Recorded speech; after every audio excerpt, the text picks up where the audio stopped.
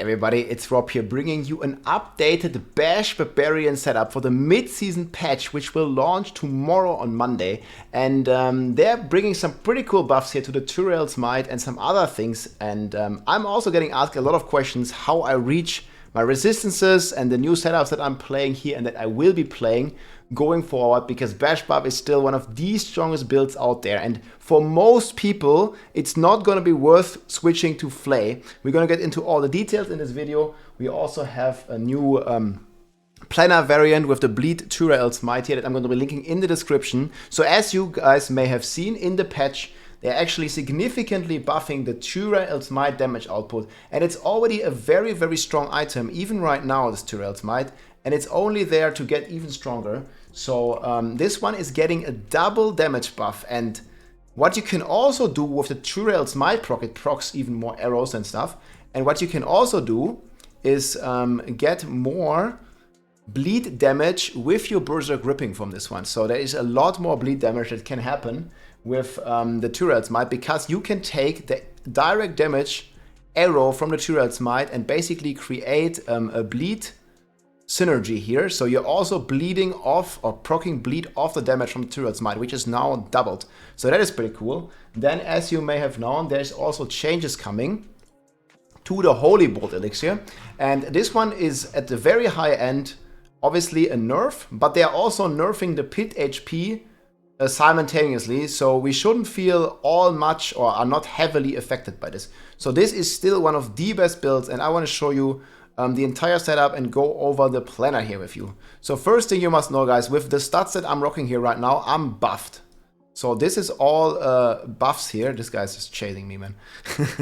So this is completely buffed here. So we're using Soothing Spice, we're using Chores of War as well, and this is what, I mean, you don't need the Chores of War, but you need the Soothing Spice in order to max your resistances, guys. So what Tyraels will do, it's going to increase your max resistances. And even if you don't have a greater affix, it's still insanely strong, because if you were to take 100 damage and now you are only taking 70% damage reduction from like max res, so from 100 damage you would still take 30 damage. But if you have 85 max res, from this 100 damage you would only take 15, giving you basically another 50% toughness multiplier for all the elemental attacks.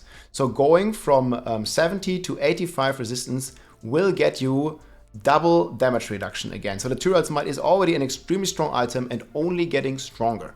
So the main two things that we changed from the original setup is, first of all, we got rid of the Undying, and we also did this because they are changing the healing potion to give us even more generation. So we are getting a bunch of generation here from the healing potion, which is basically going to help us a lot to not rely on the Undying anymore. You can still play Undying, but as you know, Tyraels Might will use a slot. So you can either play Might, and this is what I recommend you do, or you can still play Undying if you feel like the healing is really necessary. But overall, you should be fine, even without the Undying, if you just take the healing potion buffs.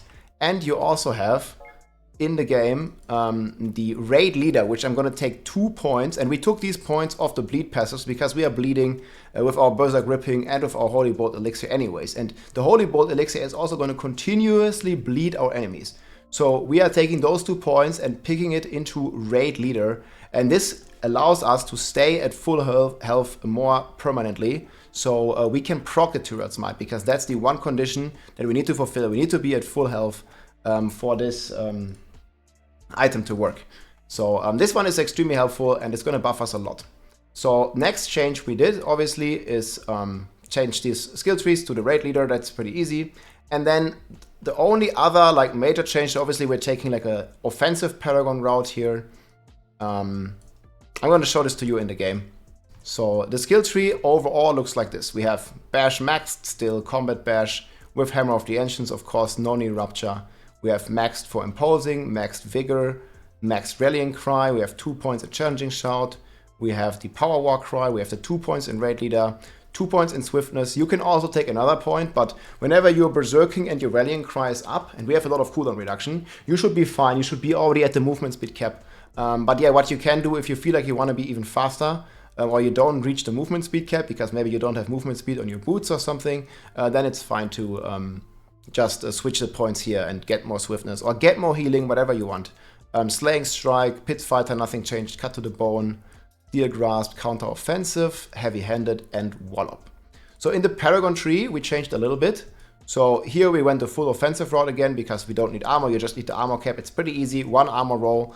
I have this on the boots at the moment. It's going to give you armor, very comfortable. Ideally, you want to have strength here as well, but the armor will be pretty okay. And this is going to reach, or going to let you reach the armor cap. Sorry, this guy is distracting me so much. Like one way to be rude. I'm going to go to the overshot.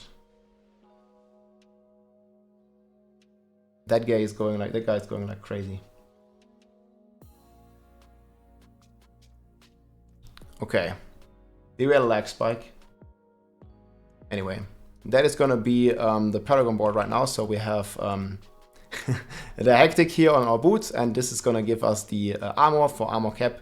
And if you don't have the armor cap, you can always go for more points into the strengths here on the right side. Yeah, we have Druid DCing us. Sorry guys if we had a little lag spike.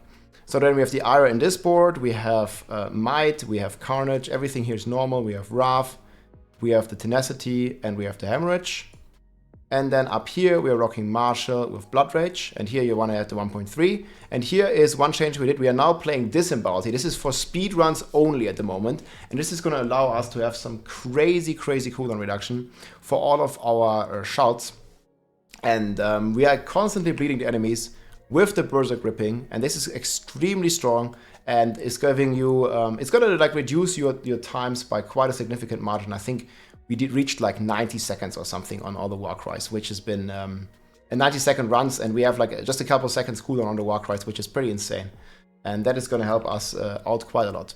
And then our gear right now is looking like this. Obviously, we got a new Shaco finally. We managed to craft this 117 cooldown. Ideally, I want to triple crit this, helping you even further. We have the Tyraels Might, we have the Pain Gorgers, we have Might, we have Hectic, we have the Berserk Ripping, we have the Skull and the Steel Grasp here for the Moonrise, the Inner Calm, we have the Grandfather, we have the Elements, we have the Bolts Chieftain, and we also have the Adaptability. So this is basically helping us so much in the setup. And you don't have to worry too much with the Holy Bolt nerf, guys. In the tier list, it's changing the final push capabilities of this build a little bit, but again they're also going to nerf the pits to compensate, so I'm not even sure if we're going to even lose tiers. The current top clear here is with Bleed Bash 144, and I downranked this a little bit from S plus to S tier, but if the entire pit is getting a health nerf, especially on the bosses, which I really hope it happens, then we might still be able to do, you know, like almost in the 150s with this build, and then with some minor changes. But this is mainly focused on farming the pit materials here, and these are these here, the neat iron and stuff. And this is like what the build is for, basically. Very speed orientated, but also very safe with all this ores here. And we're gonna have some gameplay here that we're gonna show next. And it's just a bunch of fun here. So we're gonna go back to the Saragar town. And again, the planner and everything, guys, here is going to be linked in the description for the speed setup. I'm going to be retesting this, obviously, when the patch comes out here in tomorrow. And yeah, so just make sure you are pre-buffed. So I usually have this just on my hotkeys already. So we have the potions up, and yeah, then we're going in. And this one, you can use this. This one helps you even further reaching your res, because what we do to reach those rests, guys, before we start, actually, I forgot about that. So resistances, the Tyraels Might is not only giving us max rest, but it's also giving us all rest. And now what I figured out, basically, is we can skip poison rest completely and just go for one single rest. I have cold rest here, in my case. So we have cold rest, poison rest we're gonna get from the anti-venom elixir. This one here, 20. And another 30 from this one, and then I like to have poison rest on 1 or 2 rings, but it's also the least important resistance, and we have 83 here, which is not the max, which would be 85, but we are very close to it. And if I were to have a poison rest here on the other ring, because we can see this ring gives us 20 fire rest, and we don't even need this, because we already have 78, and we're getting 10 plus another 10, so we have overkill. You see here we have actually 14 overkill. And if this was poison rest, my rest would be perfect. So you don't need any poison rest. You take 1 amethyst, 1 fire rest gem, 1 lightning rest gem, and then just 1 random rest roll. And you're gonna be capped. You can also do this in your Paragon if you need, but I just recommend 1 rest roll. And you will be flying in the rest as long as you're using Soothing Spice. And then if you want to buff yourself further, you can use the Storm of the Wilds, giving you even more poison rest. And this is what I'm doing right now, and this is how we have this rest. But you don't have to do this. Soothing Spice alone is fine. And if you have like 60 poison rest, it's also completely fine. If you want more, you can always shift these 2 points here into all rest. And then now my all rest would like this, right? Like, actually we even have too much now. So maybe this is actually a good change. We're gonna shift 1 point, and now our rest is gonna look like this, basically. So this is like very like easy, like you can shift points wherever. This is berserking duration, it's very good. Just make sure that this one is at 1.3 and you can shift points around however you like. So you can take this 1.5 rest. And yeah, I'm gonna show you a couple runs here. So this is our pre-buff setup. And we're just gonna log in and we're gonna play some. Let's rock. Barb Nation, way too strong. So you'll notice here, I'm going to explain some stuff, so it might not be like as fast as it usually is. I'm going to show you some gameplay later, maybe. So we're basically going to be pulling all the time, and you notice here like how my cooldowns are already like very fast resetting, and as soon as I just proc something. And I think this is going to play the same even after the Holy Bolt Elixir change, because again, we are not reliant on anything of the Holy Bolt. It just helps us to do AoE, and it's still gonna do this. It's just not gonna double dip anymore, most likely, but this is still gonna be extremely strong. And we're doing 101 now because it gives us an even 60, and it's very easy for the kitty to pick up all the stuff on the boss, so we don't even have to do that. And you guys can see here, we can basically just run through and just use 1 attack or 2 attacks, and everything will pretty much just automatically die on this tier. And I recommend doing like, you know, just any tier that you can handle, basically in like a speedrun fashion. So yeah, I ran into a dead end. And this is basically like the speedrun fashion here for me. When I'm not explaining stuff and not doing a guide like I used to do, like every clear in sub 2 minutes.